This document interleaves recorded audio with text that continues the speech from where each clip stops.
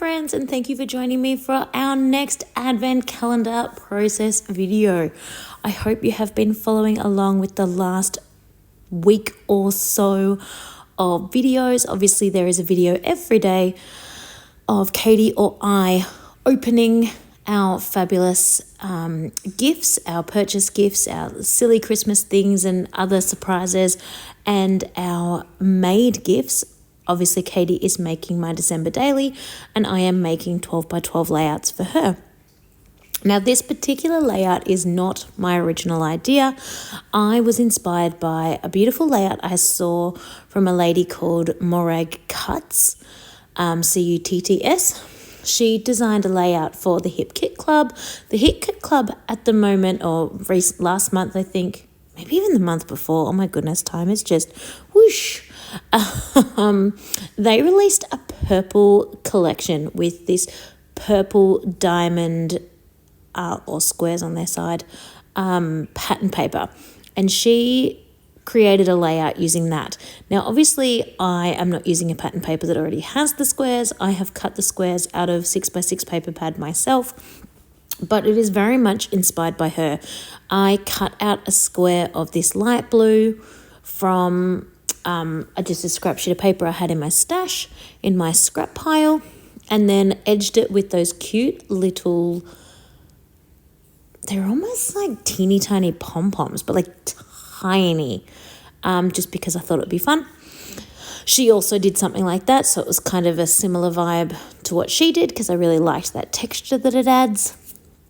And then I just randomly put the squares out pretty much anywhere, no real thinking about it, except that I didn't want the same colours next to each other. I wanted to make sure they were all spread out. And there's that, my favourite piece is the really dark blue one on the top left-hand side with the poinsettias and like the gold, the real gold sparkles in the background. That's my favourite. This is a Rosie Studio collection, but it's quite old. And I only have 3 of those squares, so I'm still also making sure they kind of spread out equally amongst the set of squares, I suppose you could say. And yeah, and also there's a couple of sort of white-based ones that I'm just making sure they're not right next to each other because I don't want them to kind of stand out. I chose the 6x6 square, or triangle, sorry, it's a triangle, at the top of the page in that colour scheme because it ties in with the colour of some of the gum leaves in the gum leaf pattern and the lighter sort of bluey green in the koala baubles. And so there's a few little touches of that pretty much identical colour. And when I put some ephemera on, it also has some leaves in that same colour going on top of it for that ephemera. So I thought it just kind of worked well tying it together. I wanted something bluish because the photos I'm going to be using are swimming pool photos. So I wanted to try and keep that kind of blue moment going, but I didn't have anything in the darker. There's 2 kind of dark blues on this collection. In this collection, there's the beautiful deep night, almost black navy that's I love. And then there's just a really nice blue, normal blue as well. But I didn't have either of those colours in my stash in scraps. I may have done in full 12 by 12s, but I wasn't going to cut into one of those for just a little 6x6 triangle. When I get down to the bottom, I realise there's just this tiny last little triangle that is almost only a half triangle. So I just pulled a little bit of rubbish back out of the bin to fill up that space, but unfortunately I realized too late that I was kind of in a rock and a hard place. I couldn't put that rubbish one on the left hand side because then it'd be right next to itself, but the next one that I do have is actually straight above it, but I think it'll be okay because it's such a tiny amount you're not really going to notice. So I will trim those up later with scissors and just follow the guideline of the original paper to cut that out. Now I have 2 squares left. So I'm going to pop on this white square up here. And then unfortunately the very last square I have is identical. It is the wombat one. But I know it doesn't actually matter because I knew I wanted to put my photos here. if I wasn't putting my photos in that exact spot, I of course would have gently tried to peel up one of the other squares and switch them over, but I knew ultimately you're not going to see it because I was going to place my photos right on top and out and cover it over anyway.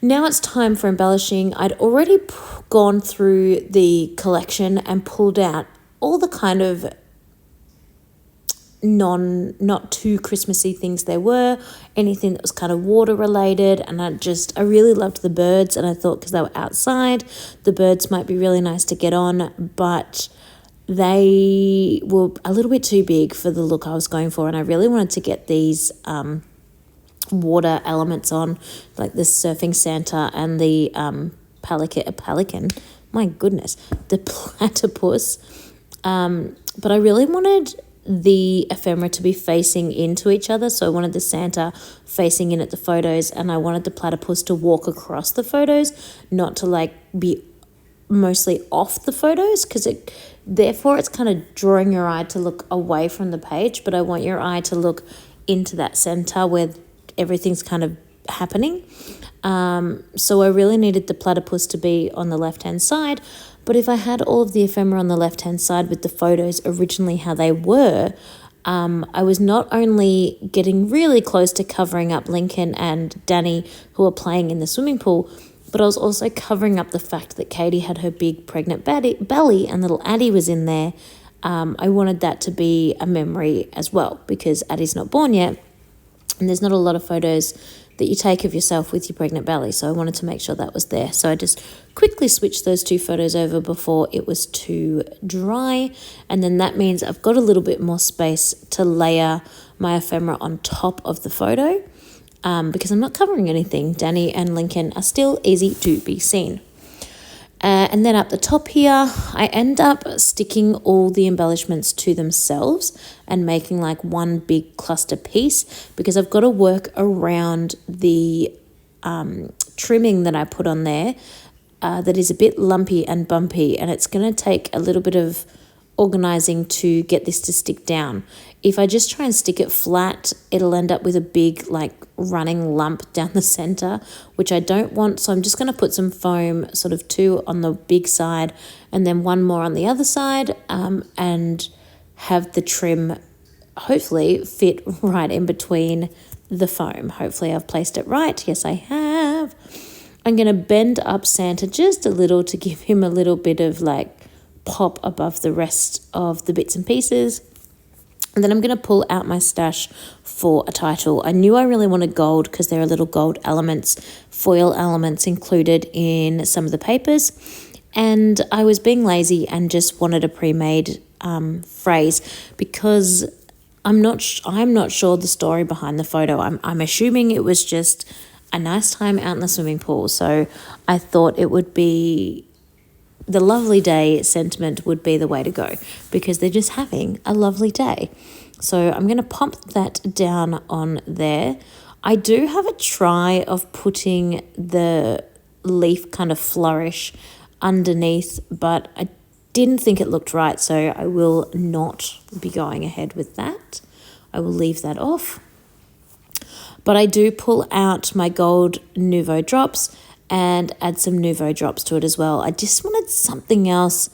I didn't know exactly what, a golden arrow or something. But anyway, the Nouveau drops are the perfect addition, just to help just put a little bit more gold onto it as well.